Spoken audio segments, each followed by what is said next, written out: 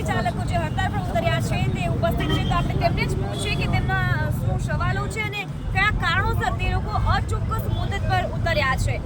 જી, આપનું નામ? અમારી માંગ એ છે કે અમને સરકાર દ્વારા જે નક્કી કરેલો ભાવ છે અમને મળતા નથી. બરાબર.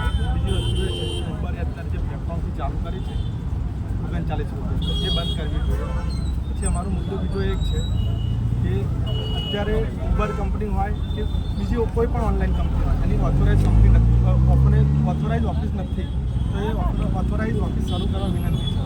કાલે કોઈ પણ વ્યક્તિનું ડ્રાઈવર હોય કસ્ટમર અને તકલીફ પડે તો એ જગ્યાએ જઈ શકે, કેમ કે એ બધું ઓનલાઈન રાખ્યું છે.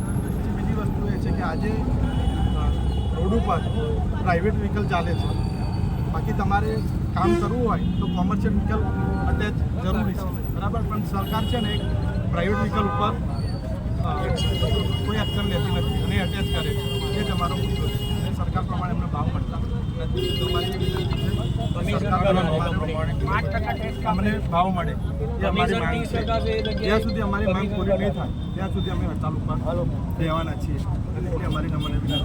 સરકારનો આ જે હડતાળ છે એ ક્યાંથી કરવામાં આવી છે? એટલે ગઈકાલથી અમારી હડતાલ ચાલુ જ છે. બરાબર. જે કંપનીઓ 30% કમિશન લે છે અને અમને પોતાને બરાબર કશી 9 રૂપિયા પર કિલોમીટર આવે, જેથી અમારા કરતાં તો ઓટો રિક્ષાના ભાવ વધારે છે. 20 રૂપિયા કિલોમીટર રિક્ષાને આપે છે અને અમને 9 થી 10 રૂપિયા આપે છે. તો 5% એમાં પણ 5% કેશ ટેક્સ કાપે છે. બરાબર. તો આ બધું બંધ થાય અને દિલ્હીનો જે 39 રૂપિયા પ્લેટફોર્મ ફી લે છે એ બંધ થાય એવી અમારી માંગ છે.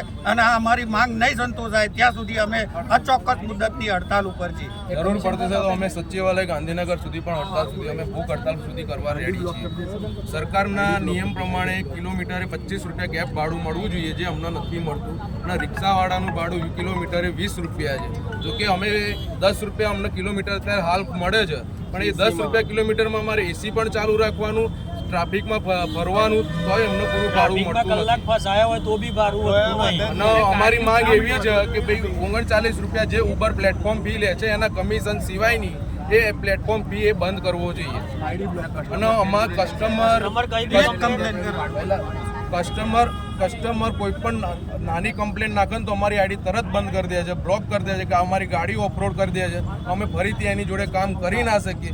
આજ અમે 10 લાખની ગાડી લાવીએ છીએ ઉબર અને ઓલા જોડે કામ કરવા માટે, પણ અમારી ગાડી બંધ કરી દે તો અમે શું કરવાના? પછી અમે નિરાધાર થઈ જવાના. અમારી જોડે કોઈ આરો રહેવાનો નથી, અમારી ગાડીના હપ્તા ભરવાના, અમે કેવી રીતના ભરીશું?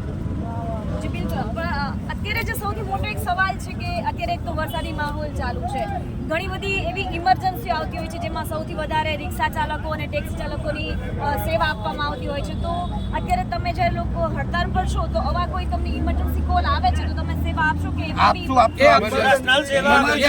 કોઈ પણ સેવા હશે એમાં અમે આપવા માટે બંધાયેલા છીએ અને અમે તૈયાર રહીશું. અમે જે ગાડી રોકીએ છીએ ફક્ત ઓલા અને ઉબરમાં જે ટ્રીપ લઈને જતો હશે એને જ અમે એની ગાડી સાઈડમાં કરાવીને ગાડી રોકીએ છીએ. ઇમરજન્સી જે વ્હીકલ છે અમે એને જવા જ દઈએ છીએ. અમે એને કોઈ જ હેરાન કરતા નથી. મેડિકલ ઇસ્યુ લઈને કોઈ નીકળ્યું હોય તો અમે એને પણ હેરાન કરતા નથી. એના ઉપરથી અમે હેલ્પ કરીએ છીએ એમને.